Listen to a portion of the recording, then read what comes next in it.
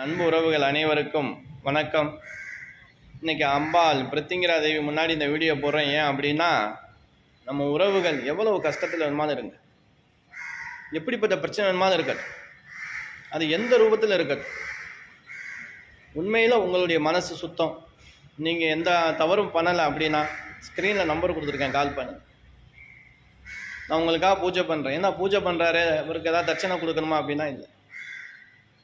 நல்லவங்களுக்காக கலியுகத்தின் நாயகி மகா பிரித்திங்கிரா தேவி இருக்காங்க. உங்களுக்கு நல்லது நடக்கும்.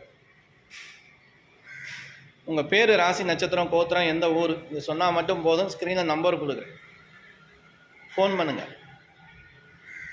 இனிமேல் பிரச்சனை இல்லை அப்படின்னு நினச்சிக்கிடுங்க.